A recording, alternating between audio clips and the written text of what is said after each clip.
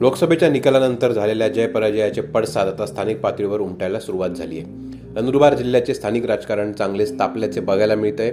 नंदुरबार जिल्हा नियोजन समितीच्या बैठकीत आजी माजी आदिवासी मंत्र्यांमध्ये शाब्दिक चकमक उडाल्याचे पाहायला मिळाले.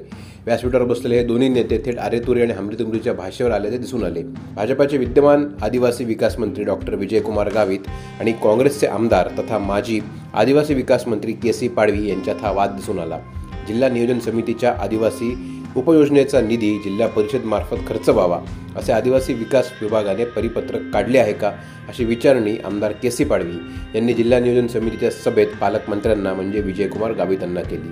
यावर उत्तर देताना मी संबंधित विभागाचा मंत्री आहे, असे परिपत्रक काढले असेल तर सभागृहाला दाखवा अथवा खोटं बोलू नका, असा युक्तिवाद आदिवासी विकास मंत्री डॉक्टर गावित यांनी केला.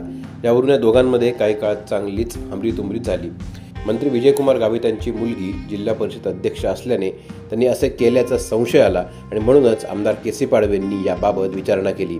त्यातच के.सी. पाडवी यांचा मुलगा गोवाल पाडवी यांनी नुकताच झालेल्या लोकसभा निवडणुकीत डॉक्टर विजयकुमार गावित यांची ज्येष्ठ कन्या हिना गावित यांचा पराभव केला आहे. यामुळेच गावित यांनी रुद्ररूप धारण केल्याचे आमदार के.सी. पाडवी म्हणाले.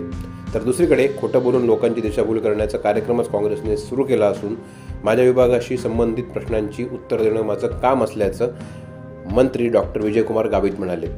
सलाउद्दीन लोहार, लोकमत.com. या ठिकाणी आदिवासी विकास विभागानं जे वाढीव निधी दिला तो जिल्हा परिषदेला द्यावा अशा पद्धतीचे परिपत्रक काढलं असा आरोप मला के.सी. पाडवीने केला माझ्यावर.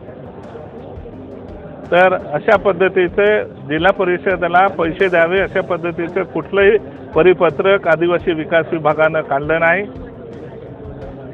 तरीसुद्धा केल्यावर मी बोललो, कारण त्या विभागाचा मंत्री आहे मी आणि सहअध्यक्ष आहे, त्यामुळे मला बोलण्याचा त्या ठिकाणी अधिकार होता. आणि माझ्या विभागावर जेव्हा आरोप केले जातात, मी जेव्हा हजर असेन तेव्हा त्याचं उत्तर देणं आणि त्याचं निराकरण करणं ही माझी जबाबदारी आहे. ती जबाबदारी मी निश्चितपणानं त्या ठिकाणी पार पाडलेली आहे. नाही, काय झालं आहे, लोकांमध्ये संभ्रम निर्माण करून भूलथापा देऊन निवडणूक जिंकले म्हणून त्यांना वाटतं की आम्ही सर्व काही जग जिंकलंय.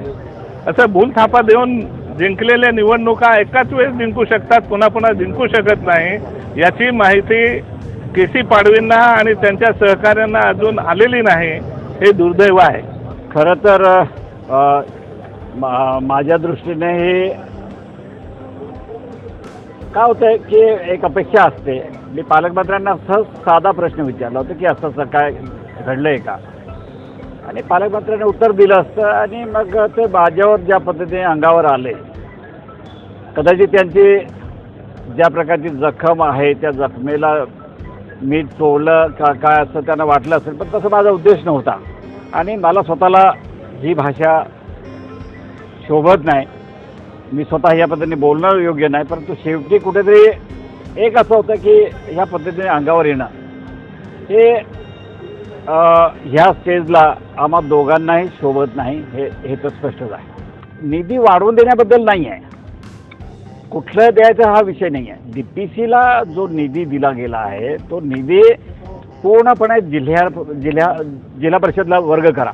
मग माझा प्रश्न असा होता की जर जिल्हा परिषदला सगळा निधी दिला जाणार असेल तर मग या DPCची काय काम, DPCला काय काम, DPCला काहीच काम राहत नाही. निधी वाढवण्याचा अधिकार त्यांना आहे, मी पण वाढवला आहे. तुम्ही जे काय सिस्टम आहे त्या सिस्टमला मारू नका, एवढा फक्त माझा प्रश्न होता. तो साधा प्रश्न होता, माझा पालकमंत्र्यांना विचारला होता आणि पालकमंत्र्यांनी उत्तर द्यावं ही अपेक्षा होती. ते एकदम अंगावर आले. अंगावर त्यांनी यायला नको. मी सुद्धा एवढ्या मोठ्या भाषेत कधी बोलत नाही, परंतु ते अंगावर आल्यानंतर मग त्या पद्धतीने बोलणं साहजिक एक प्रकारचं ते सडन प्रोव्होकेशनसारखं झालं. एक प्रकारचं ते वातावरण त्या प्रकारचं झालं